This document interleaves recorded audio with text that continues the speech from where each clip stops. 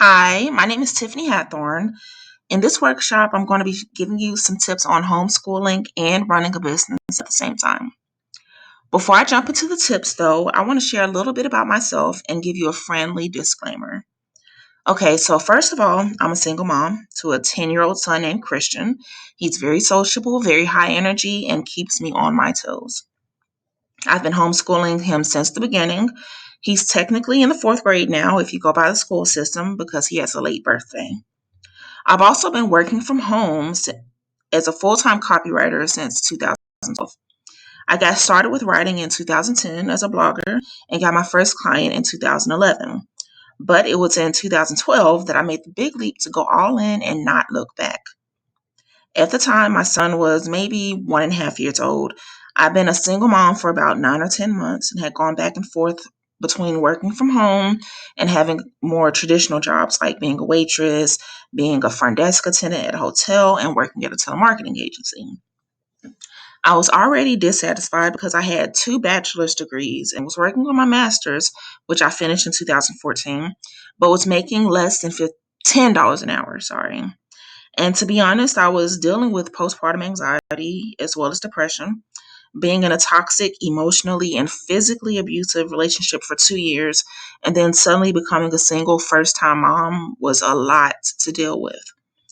But the straw that broke the proverbial camel's back was when my son had a mini seizure and I got written up at work for missing an extra day to take care of him.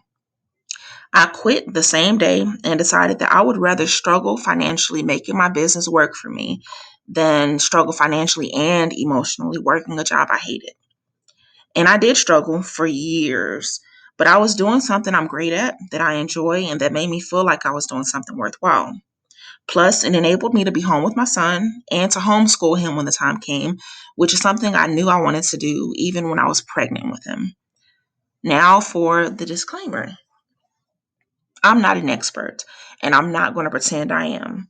I'm just a mom who's trying my best to make things work and to build the kind of life I want for me and my little family. I don't have everything figured out. I'm learning as I go. I make mistakes, but I've managed to run a business for a little over 9 years and homeschool my son for the past 4.5 years. I also recently hit and surpassed my goal of earning $5,000 per month. So while I won't lie and say that I have all the answers, I do feel like I have some valuable insight to share that might help you figure out what works for you and your family. With that being said, let me go ahead and share with you 14 tips I've learned during my time as a homeschool work at home mom. Tip number one, ask for and accept help whenever possible. One of the things I hear a lot of people recommend when it comes to running a business is outsourcing. And I 100% agree with it. However, for me, outsourcing isn't just things like hiring a social media manager or a virtual assistant, both of which are definitely on my to do list. It's also about enlisting help with other things. I ask family and sometimes close friends to babysit when I need to get things done. I enlist the help of my son around the house, mostly with taking care of the pets and plants. I use whatever business automation tools will save me time and energy.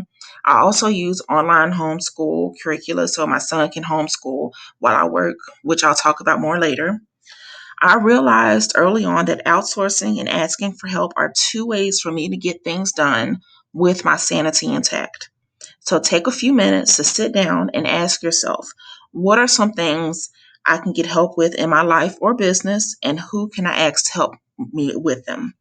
In other words, think about all the tasks you do on a regular basis and see how many of them you can get help with.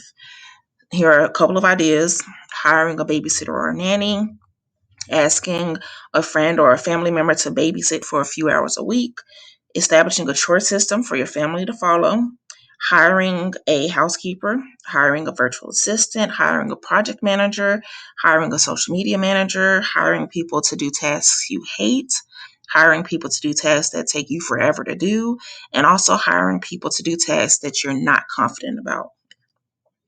Even if you only get help with one thing for now, that's still one less thing for you to do on your own, and that can make a difference. Once you start taking some time once you start taking some to-do items off your plate, you'll be able to devote more time to doing the things you enjoy and that will move you closer to your big goals. Tip number 2 is to let go of the idea of perfection. Spoiler alert, life isn't perfect. Chasing perfection usually ends with you being frustrated and stressed out. It's not worth it. So let go of any expectations you have of having the perfect family, the perfect business, or the perfect homeschool setup. Instead, just focus on doing things that feel good. Now, I'm not saying to just let everything fly in the wind or fly by the seat of your pants. I mean, make decisions that feel like the best fit at the time. You may find that it doesn't work out and you have to make adjustments, but if you just move through life doing what you feel is best at the time, it's a lot less stressful than feeling like every single decision you make has to be perfect or the world will end. Tip number 3 is to give yourself grace.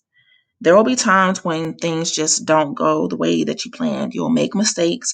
You'll have to pivot and adjust. And during those times, it can be really easy to beat yourself up and feel like you're a failure.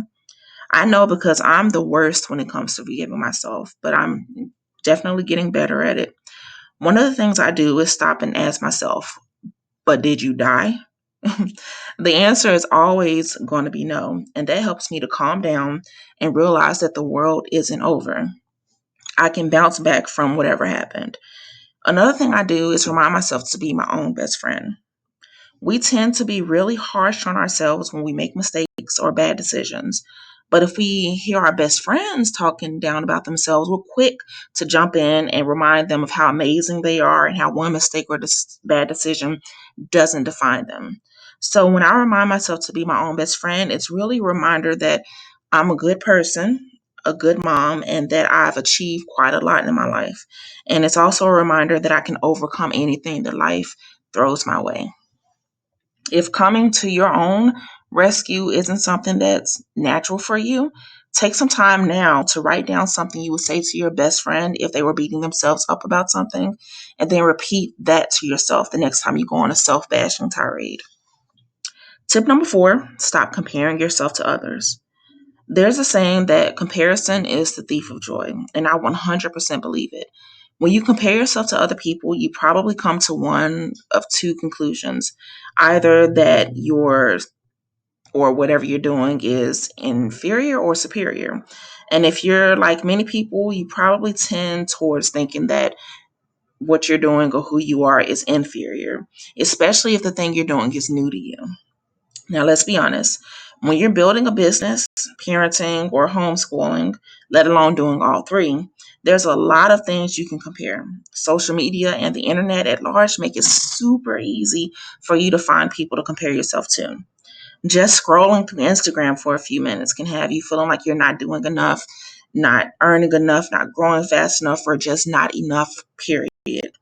Trust me, it doesn't feel good. It can lead to you overworking yourself, trying to keep up with other people. It can cause you to kind of freeze up and question whether you have what it takes. It can also make you put pressure on your kids to learn or develop faster because other kids their age are doing this, that, and the third. And none of that is good or healthy. It just leads to stress, anxiety, depression, and even resentment.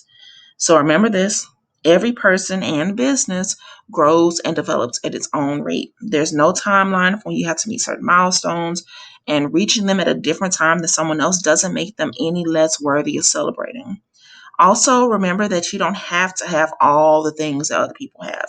Start with what you have and go from there. So, celebrate your own journey just as it is, and don't forget to celebrate all the wins, big and small. Tip number 5, don't try to mimic the school system. I'm in a lot of homeschooling groups, and one thing I see happen with some people is that they try to recreate the public school at home by having a really strict schedule where their kids are actively learning for 6 or more hours a day. While I'm not one to pass judgment and say that doing that is wrong, I do want to say that the beauty of homeschooling is that it can be and look however you want it to. If you want to have a strict schedule, you can do that. If you want your child to lead by letting them decide which topics they want to study, you can do that. If you want to do school like 3 days a week and spend the other 4 days having fun, you can do that. If you want to take 1 week off every month, you can do that too. Lean into the freedom that homeschooling provides. And I just want to note that different states do have different homeschool laws, so be sure to learn them so you know what your legal homeschool responsibilities are. I recommend checking out the Homeschool Legal Defense Association's website for more information on your state's homeschool laws. It's also a fantastic overall resource for homeschoolers, and the website, I believe, is www.hslda.org.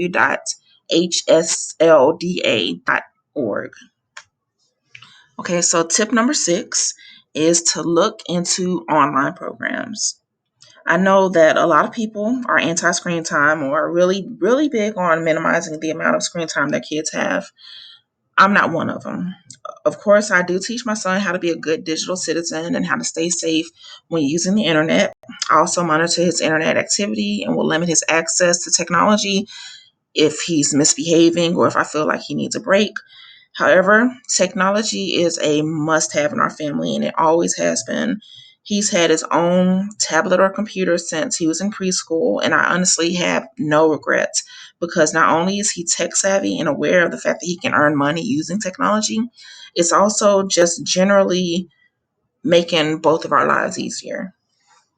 One big way is that he uses an online homeschooling program called Power Homeschool. We've been using it for the past 2 years after a lot of trial and error with other programs, both online and offline. And it right now it just feels like it's the best fit for us. They have a great selection of courses, both the core and the electives. The curriculum and the teaching are both solid, and they record all of his activity and grades so that I don't have to. He's able to watch the video lessons and do most of the quizzes independently, and I make myself available when he's taking exams and also when he's struggling with something. Having access to a comprehensive online homeschool program frees me up to work on my business during the day, which benefits both of us since my business is what pays the bills. Granted, this isn't something that will work for everyone, and it's not something that everyone will agree with. But like I said before, the beauty of homeschooling and of running your own business is that you can do things the way that you want and the way that feels like the best fit for your family.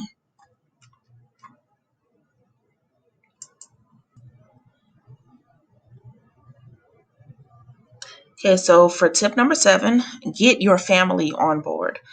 I've been working from home since my son was, again, 1.5 years old. So I've had to work on getting him used to it from a very young age. Thankfully, as a freelance writer, I don't have to be on the phone nonstop or stick to a certain schedule. But I do often have client calls that require me to be on Zoom with clients and sometimes their team. When my son was younger, those client calls were a bit more challenging because I didn't have a stand in babysitter to watch my son and couldn't just leave him alone in another room while I worked. Thankfully, almost all of my clients are women and most are moms, so they were understanding if I had to have him in the room with me. During those years, I always made sure I had a lot of things to keep him entertained, that he had snacks and drinks at hand, and that he couldn't get into anything he shouldn't. When he got old enough to be in a different room while I worked, but still didn't quite understand what I meant when I said I was on a client call, I had visual cues. He knew what a stop sign meant, so I would put one out that I made out of construction paper on the door to my home office so he knew not to come in. When he was a bit older, I switched to red, yellow, and green lights that were also made out of construction paper.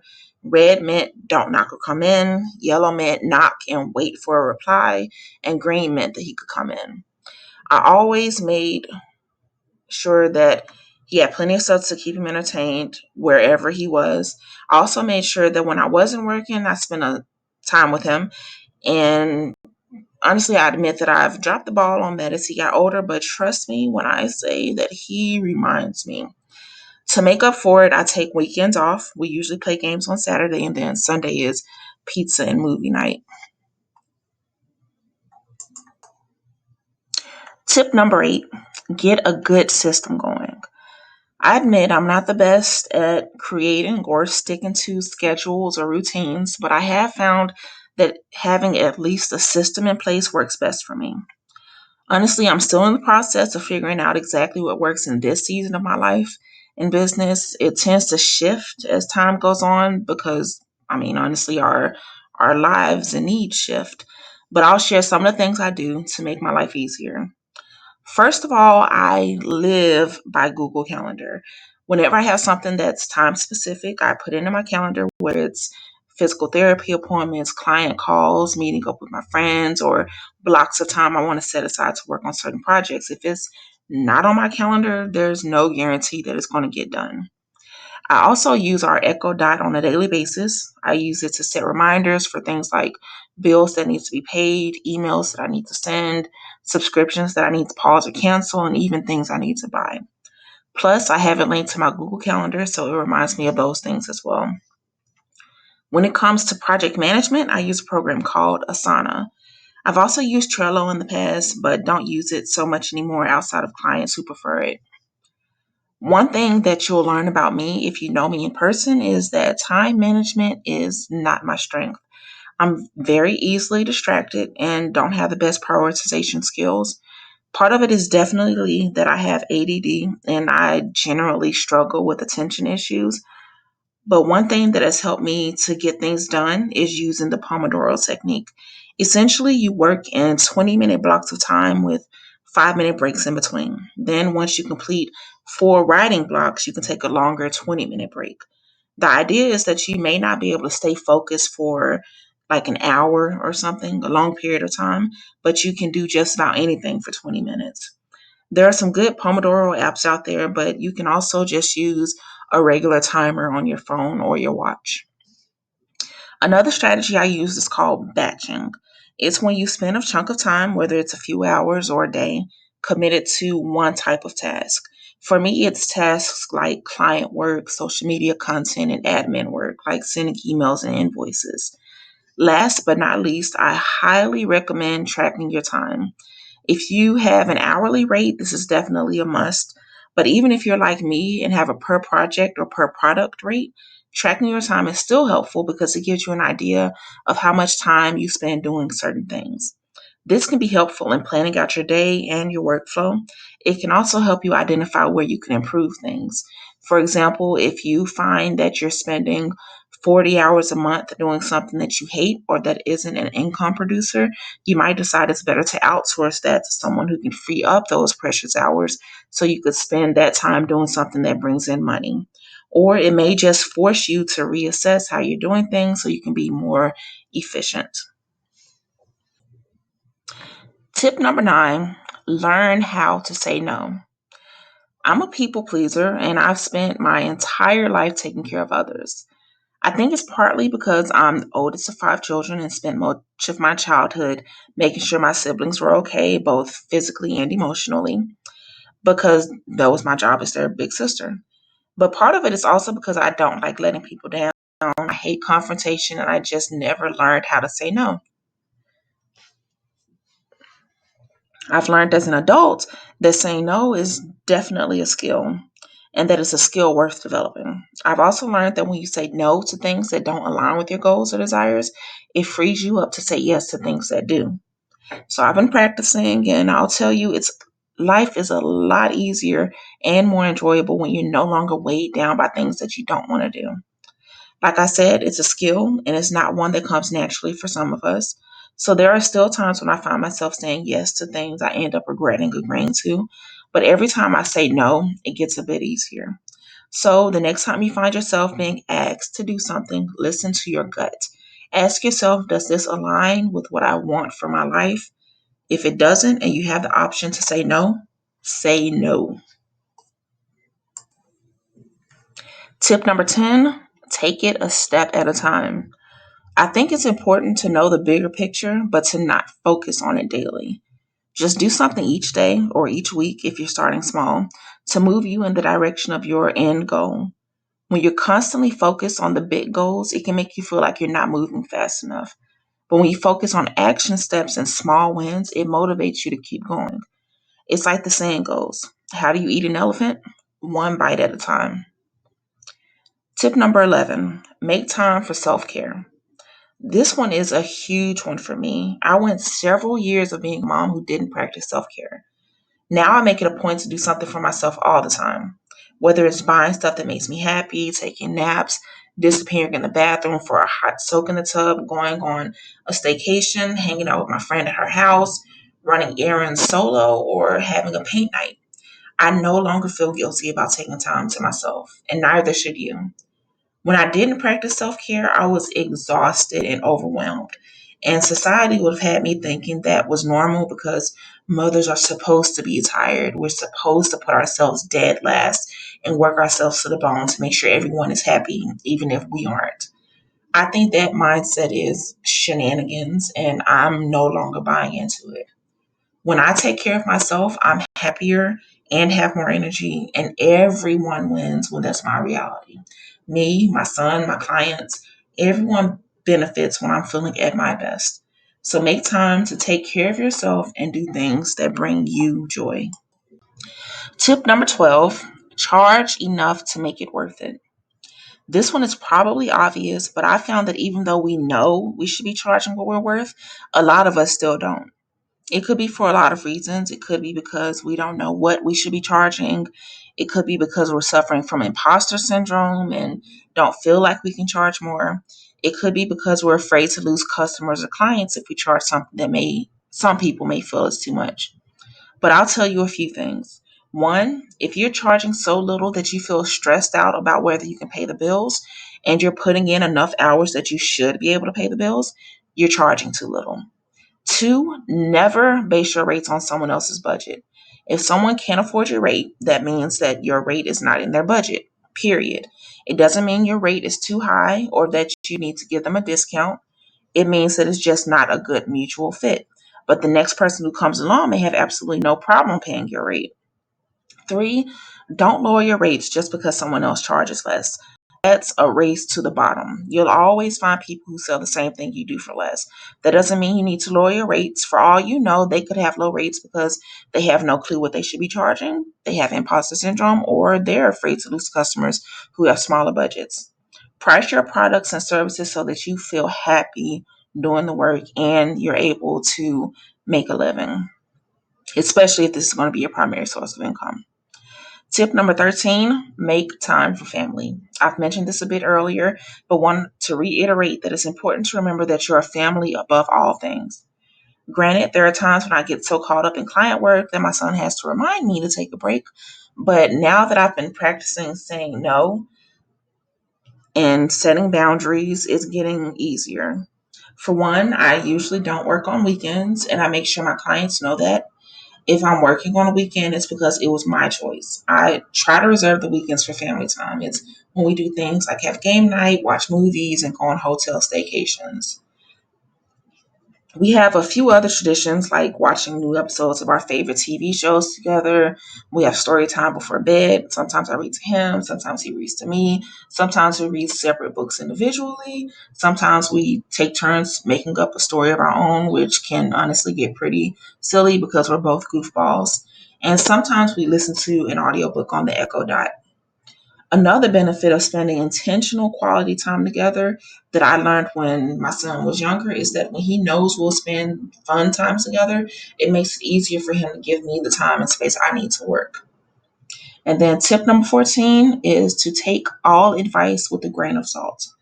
This tip is pretty ironic considering I've just spent the past 20 something minutes giving you a lot of advice, but it's the truth. You can listen to advice all day long, but at the end of the day, you have to do what works for you and your family.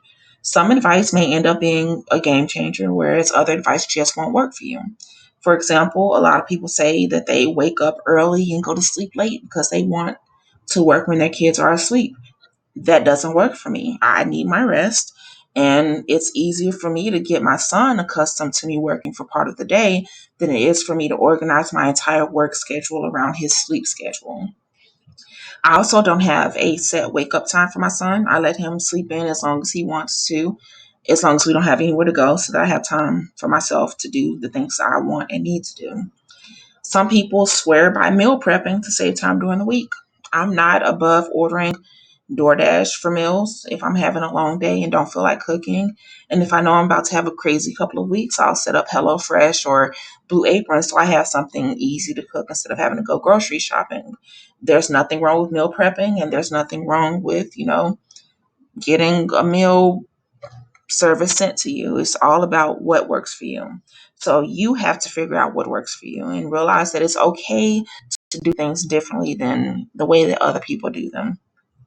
Okay, so that's all I have to share for now. If you want any further tips on juggling homeschool and a business, you can read and subscribe to my blog, which is www.singlemammywarrior.com. You can also find me on Facebook and Instagram under the same name of Single Mommy Warrior. I hope that this has been helpful in some way, and I wish you so much luck in your homeschool and business journeys.